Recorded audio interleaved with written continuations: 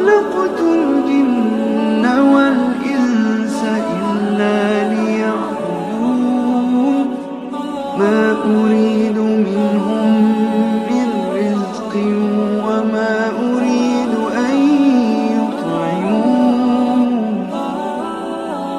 إن الله هو الرزاق ذو القوة المتين.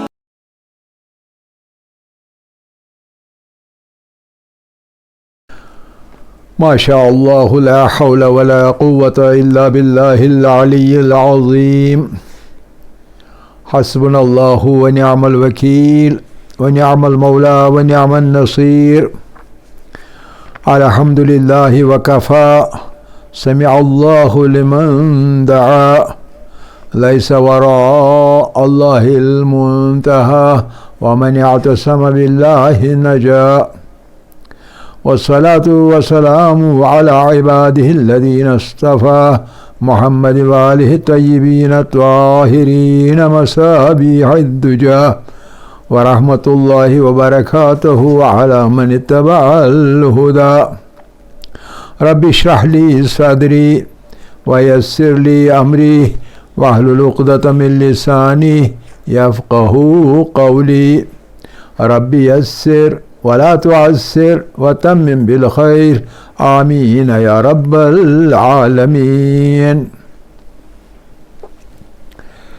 عزیزان، احکام کے اندر ہم خمس کے احکام پڑھ رہے ہیں. عام طور پر لوگ خمس کہتے ہیں لیکن اصل لفظ ہے خمس کے احکام خمس.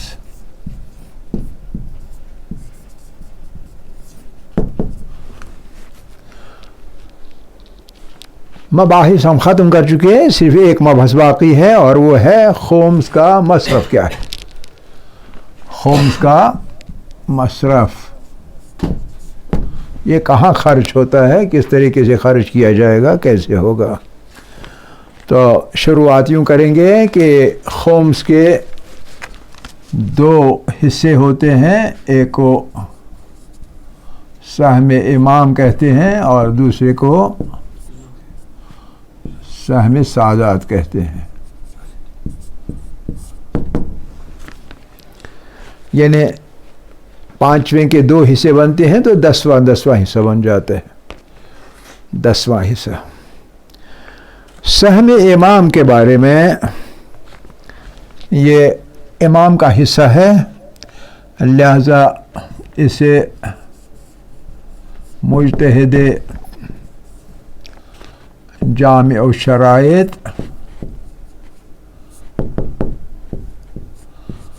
جو ہے مجتہد جامع الشرائط کو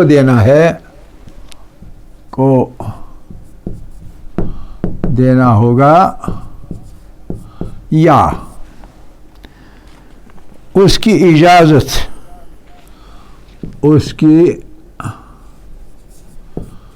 اجازت سے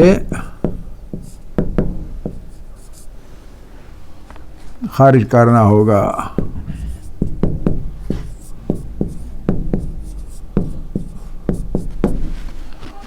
مجتہد جامع الشرائط ہوگا، ہر مجتہد نہیں، مجتہد جامع الشرائط ہوگا، یعنی عالم جو ہوگا جن چیزوں کے لیے اس نے اجازت دے رکھی ہو ان مدات پر خرچ ہوگا، یا یہ کہ خود جامع الشرائط کے سپرد کرنا ہوگا، وہ جانے اور کام جانے. یا ہے کہ مجتہد جامع شرائط کو دینا ہوگا یا اس کی اجازت سے خرچ کرنا ہوگا. سہم سادات، کوئی یہ سمجھے کہ سہم سادات جو ہے یہ سادات کو دیا جائے گا ایسے ہی، نہیں، ایسا نہیں ہے.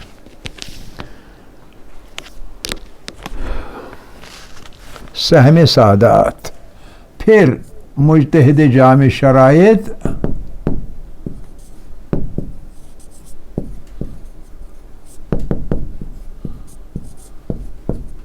کی اجازت سے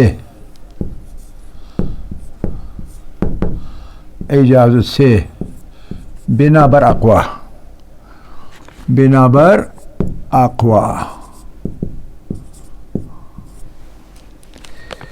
ایک تو فقیر ہونے چاہیے، فقیر یا یتیم ہونا چاہیے، یا ابن السبیل ہونا چاہیے، ابن السبیل.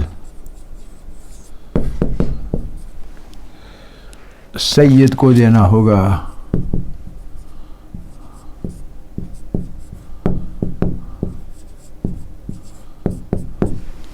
بنا پر اقوا مجتہد جامع شرائط کی اجازت سے، لیکن صرف فقیر ہو، یتیم ہو، ابن سبیل ہو، یعنی مستحق ہو. اسی کو کہتے ہیں مستحق ہو.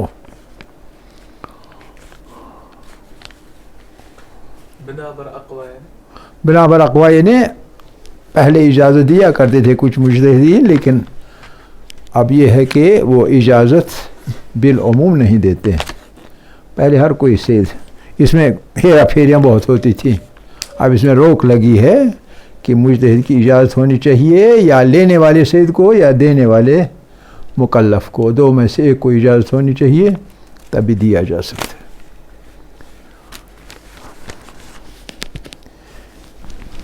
شاید مس یوز ہوا ہوگا، پتہ نہیں کیا ہے. تو یہ ہے مصرف خمس کا. اب مسائل اس کے سلسلے میں. نمبر 1، زیادہ تر مسائل ہیں سہمی سعادت کے بارے میں. سہمی امام کے بارے میں مسائل کچھ نہیں ہے، وہ اٹھانا ہے، دینا ہے مجتہد جامع شرائط کو. امام کے کاموں پر خرچ کرے گا. امام کے کام آپ کو پتہ ہی کیا ہے، یعنی دینی کام ہے اور اسلام کے ترویج کے لیے کام ہے، اس پہ خرچ ہو جاتا ہے. مختلف علاقوں تک اسلام کا پیغام پہنچانے کے وغیرہ وغیرہ بہت سارے جو مصالح ہیں، ان کو مصالح کہتے ہیں، دینی مصالح، دینی مصالح پر مجتہد خرچ کرتا ہے. دیکھا جائے تو کم پڑتا ہے، دیکھا جائے تو کم پڑتا ہے، خاص کر آج کے زمانے میں، کیونکہ دن بدن غلبہ جو ہے اسلام کے خلاف، اسلام دشمنوں کا بڑھتا ہی جا رہا ہے.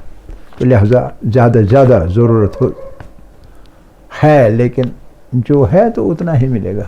اور ادھر سے یہ ہے کہ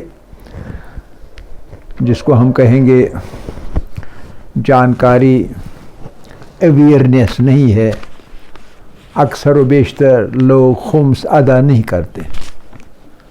اکثر و بیشتر خمس ادا نہیں کرتے، بہت کم لوگ خمس ادا کرتے، حتیٰ کہ حساب ہی نہیں رکھتے اپنی آمدنیوں کا. ایسا دیکھنے میں آیا ہے. تو بہرحال یہ ایک الگ داستان ہے، اس کا ہمارے احکام کے ساتھ کوئی تعلق نہیں. اب مسائل اس سلسلے میں سہم سعادت کے سلسلے. نمبر 1، اگر کوئی سید سفر میں تنگ و پریشان ہو، سفر میں یعنی خرچہ زیادہ ہو گیا اس کا، تو لہذا وہ پریشان ہو گیا، تنگ دست ہو گیا، چاہے اپنے وطن میں، اپنے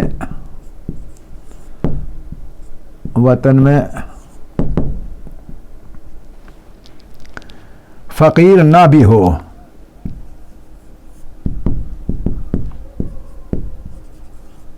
نہ بھی ہو، اس کو خمس دیا جا سکتا ہے. اس کو خمس یعنی سہم سعادت، خمس دیا جا سکتا ہے.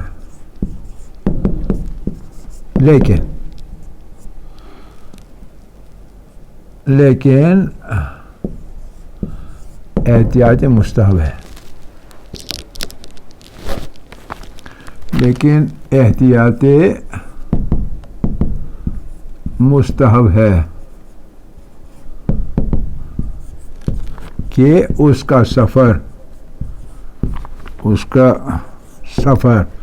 اور کام، دونوں چیزیں، سفر بھی اور کام بھی معصیت کا نہ ہو، گناہ کا ہوا تو پھر اسے نہیں دے سکتے، معصیت کا نہ ہو۔ اگر کوئی سید سفر میں تنگ اور پریشان ہو چاہے اپنے وطن میں فقیر نہ بھی ہو، اس کو خمس دیا جا سکتا ہے، لیکن احتیاط مستحب ہے کہ اس کا سفر اور کام دونوں چیزیں، سفر بھی اور کام بھی، معصیت کا نہ ہو۔ معصیت کا سفر ہوگا، معصیت کا کام ہوگا، اسے خمس نہیں دیا جا سکتا، نمبر 1۔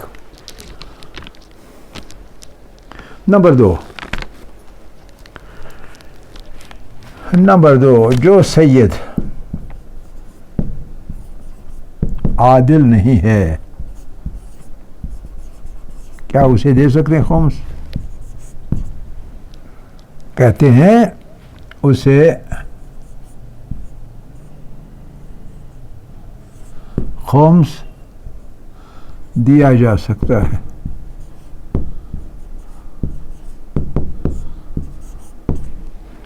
لیکن وہ اثنا عشری ہو، یہ شرط ہے، اثنا عشری ہونا شرط ہے، اثنا عشری ہو یہ شرط ہے، عادل نہ بھی ہو تب بھی دیا جا سکتا ہے۔ اچھا، نمبر 3،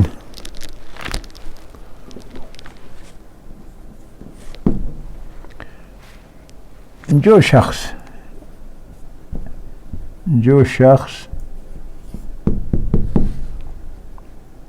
اپنے شہر میں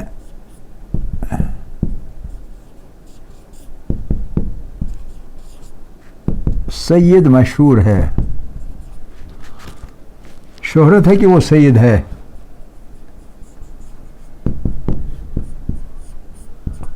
سید مشہور ہے، چاہے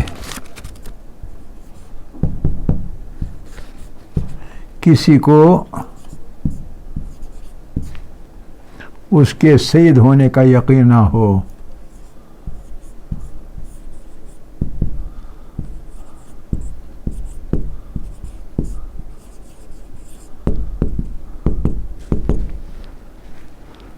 یقین نہ بھی ہو، اسے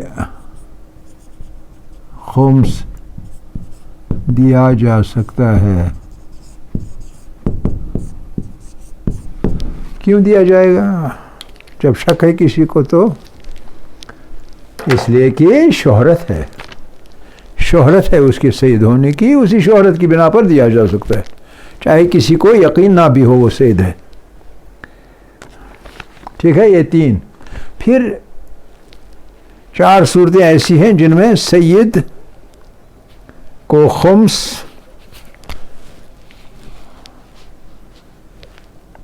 سید جسے خمس نہیں دیا جا سکتا،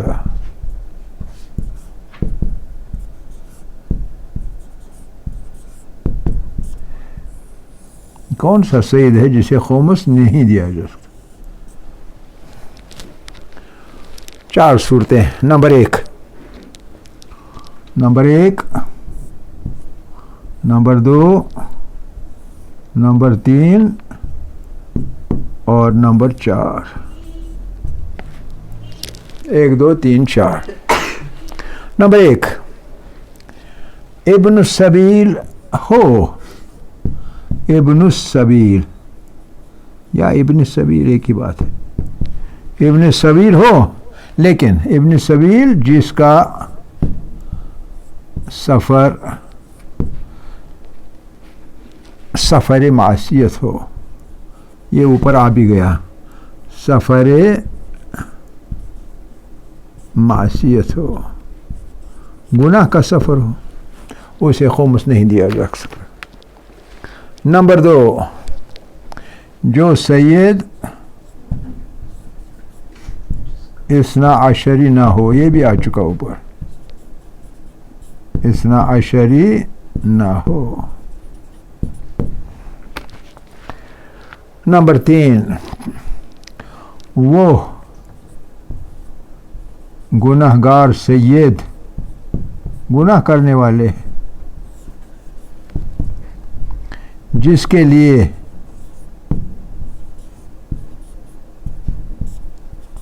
خمس کا پیسہ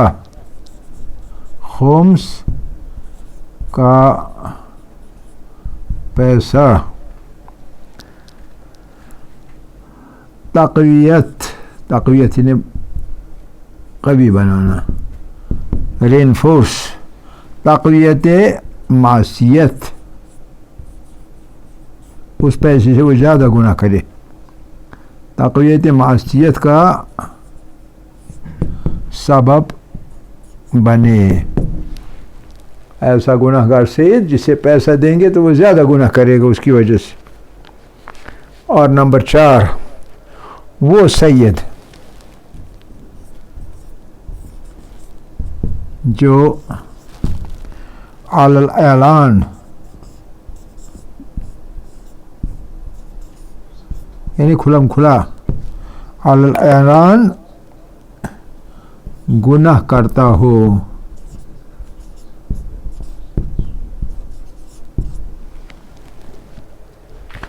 چاہے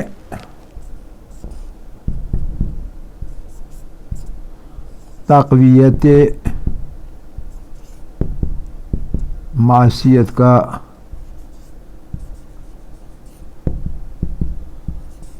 سبب نہ بھی بنے.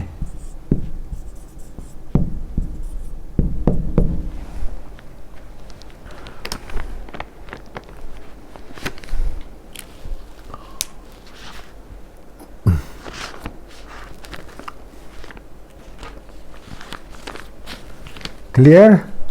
ابن السبیل ابن سبیل ہوتا ہے کہ آپ سفر پہ چلے گئے لیکن سفر پہ چل کے آپ کے پاس پیسہ خرچہ ہے ساتھ میں لیکن کبھی کچھ ایسے حالات ہو جاتے ہیں کہ آپ کا پیسہ ختم ہوتا ہے اور آپ گھر واپس لوٹ بھی نہیں سکتے. اس کو ابن سبیل کہتے ہیں. یعنی وتہِ منٛز گژھان چھُ روٹ بچار اس کے پاس پیسہ بھی نہیں ہے کہ گھر واپس آ سکے اسی کو ابن السبیل کہتے ہیں. سبیل کا بیٹا راستے کا بیٹا یعنی وہ راستے کا بن جاتا ہے واپس آ نہیں سکتا. ابن السبیل یا ابن السبیل اس کو پیسہ دیا جا سکتا ہے خمس کا زکوٰۃ کا بھی اگر وہ سید نہ ہو زکوٰۃ کا.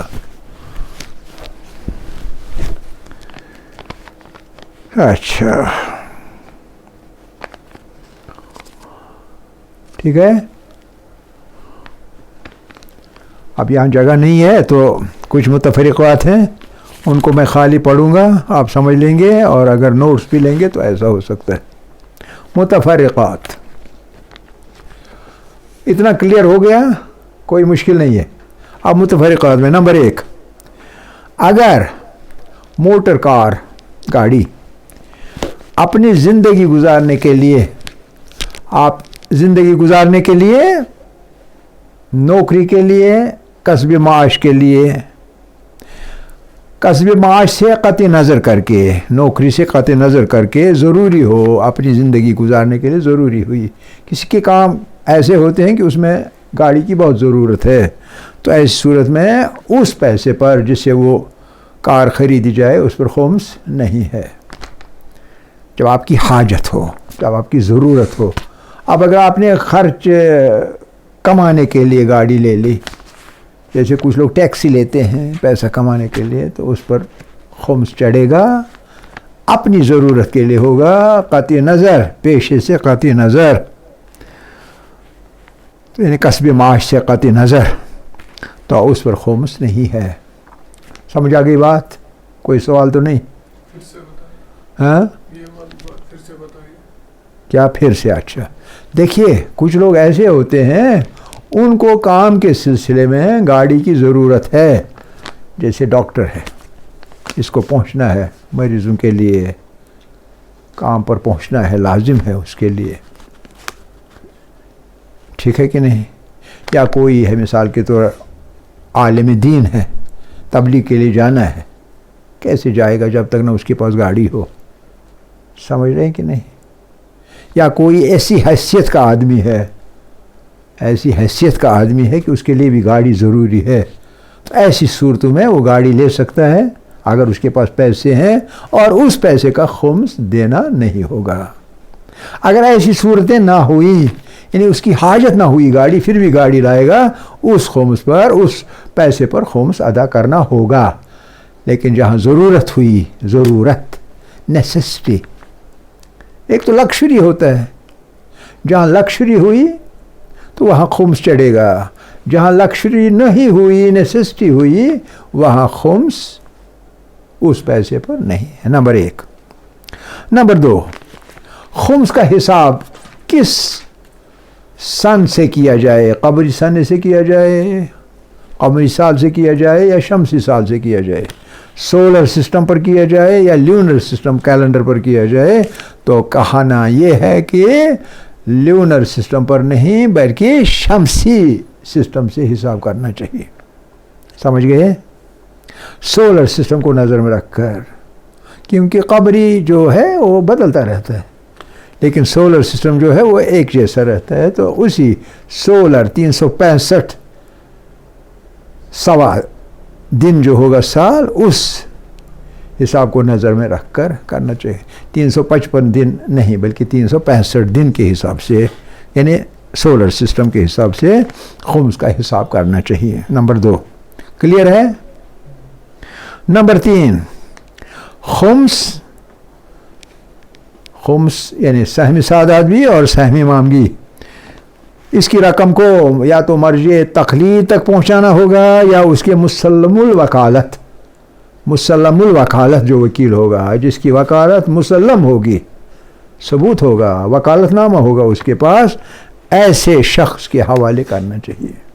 کبھی ہم کہتے ہیں یہ مولوی صاحب ہے، یہ آقا صاحب ہے، تو یہ تو ہوں گے ہی وکیل، یہ ہوں گے ہی وکیل نہیں چلتا ہے، مسلم الوکالت ہونا چاہیے وکیل، اس کے حوالے کرنا ہوگا، یا یہ کہ مجتہد جامع شرائط یا اس وکیل کی اجازت سے آپ خرچ کر سکتے ہیں۔